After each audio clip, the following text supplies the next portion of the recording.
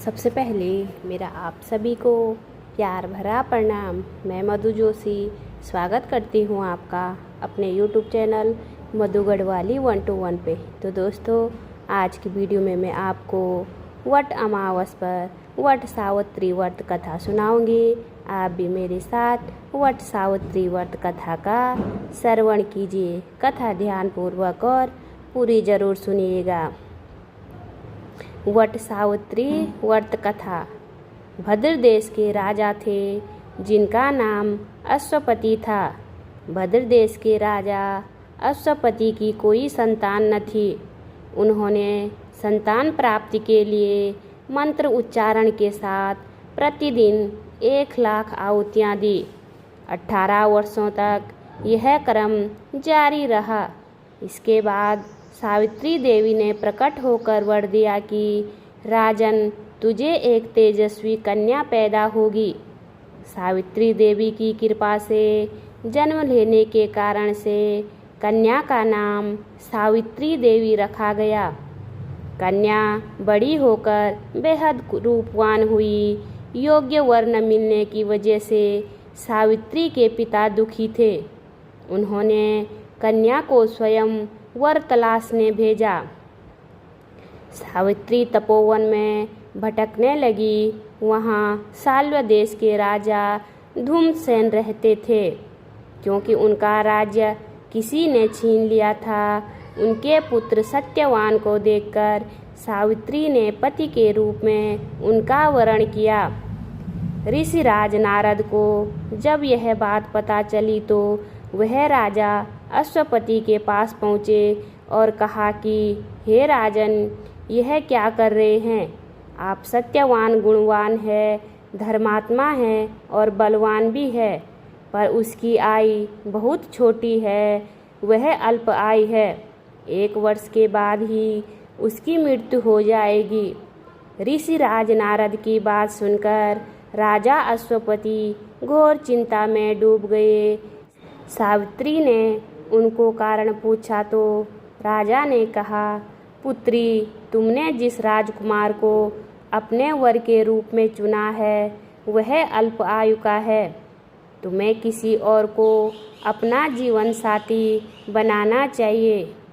इस पर सावित्री ने कहा कि पिताजी, आर्य कन्याएं अपने पति का एक बार ही वरण करती है। राजा एक बार ही आज्ञा देता है और पंडित एक बार ही प्रतिज्ञा करते हैं और कन्यादान भी एक ही बार किया जाता है। सावित्री हठ करने लगी और बोली, मैं सत्यवान से ही विवाह करूंगी। राजा अश्वपति ने सावित्री का विवाह सत्यवान से कर दिया। सावित्री अपने ससुराल पहुँचते ही सास ससुर की सेवा करने लगी। समय बीतता चला गया। नारद मुनि ने सावित्री से पहले ही सत्यवान की मृत्यु के दिन के बारे में बता दिया था। वह दिन जैसे जैसे करीब आने लगा, सावित्री अधीर होने लगी।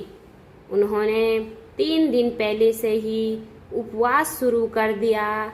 नारद मुनि द्वारा कथित निश्चित तिथि पर पितरों का पूजन किया। हर दिन की तरह सत्यवान उस दिन भी लकड़ी काटने जंगल चले गए। साथ में सावित्री भी गई। जंगल में पहुंचकर सत्यवान लकड़ी काटने के लिए एक पेड़ पर चढ़ गए। तभी उसके सिर में तेज दर्द होने लगा। दर्द से व्याकुल सत्यवान पेड़ से नीचे उतर गए। सावित्री अपना भविष्य समझ गई। सत्यवान के सिर को गोद में रखकर सावित्री सत्यवान का सिर सहलाने लगी। तभी वहां यमराज आते दिखे। यमराज अपने साथ सत्यवान को ले जाने लगे। सावित्री भी उनके पीछे पीछे चली पड़ी। यमराज ने सावित्री को समझाने की कोशिश की, यही विधि का विधान है, लेकिन सावित्री नहीं मानी। सावित्री की निष्ठा और पतिपरायणता को देखकर यमराज ने सावित्री से कहा कि हे देवी, तुम धन्य हो, तुम मुझसे कोई भी वरदान मांगो। सावित्री ने कहा कि मेरे सास ससुर वनवासी और अंधे हैं, उन्हें आप दिव्य ज्योति प्रदान करें। यमराज ने कहा, ऐसा ही होगा, जाओ अब लौट जाओ। लेकिन सावित्री अपने पति सत्यवान के पीछे पीछे चलती रही। यमराज ने कहा, देवी तुम वापस जाओ। सावित्री ने कहा, भगवान मुझे अपने पतिदेव के पीछे पीछे चलने में कोई परेशानी नहीं है। पति के पीछे चलना मेरा कर्तव्य है। यह सुनकर उन्होंने फिर से उसे एक और वर मांगने के लिए कहा। सावित्री बोली, हमारे सास ससुर का राज्य छीन गया है, उसे पुनः वापस दिला दो। यमराज ने सावित्री को यह वरदान भी दे दिया और कहा, अब तुम लौट जाओ। लेकिन सावित्री पीछे पीछे चलती रही। यमराज ने सावित्री को तीसरा वरदान मांगने को कहा। इस पर सावित्री ने कहा, 100 संतानों और सौभाग्य का वरदान मांगा। यमराज ने इसका वरदान भी सावित्री को दे दिया। सावित्री ने यमराज से कहा कि प्रभु, मैं एक पतिव्रता पत्नी हूँ और आपने मुझे पुत्रवती होने का आशीर्वाद दिया है। यह सुनकर यमराज को सत्यवान के प्राण छोड़ने पड़े। यमराज अंतर्ध्यान हो गए और सावित्री उसी वट वृक्ष के पास आ गई जहाँ उसके पति का मृत शरीर पड़ा था। सत्यवान जीवित हो गया और दोनों खुशी खुशी अपने राज्य की ओर चल पड़े।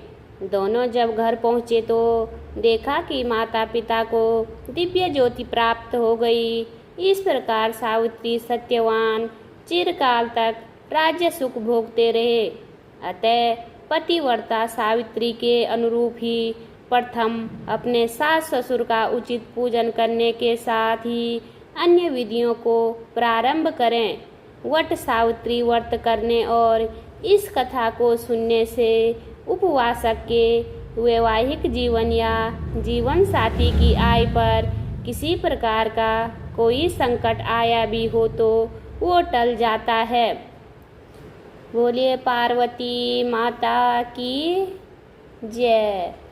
उम्मीद करती हूँ आपको वीडियो पसंद आई होगी। वीडियो पसंद आए तो वीडियो पे लाइक कीजिए, कमेंट कीजिए, अपने दोस्तों के साथ शेयर कीजिए। चैनल पे नए हो तो सब्सक्राइब ज़रूर कीजिए। मैं मधु जोशी मिलती हूँ आपको अगली वीडियो में। तब तक के लिए बाय बाय, धन्यवाद।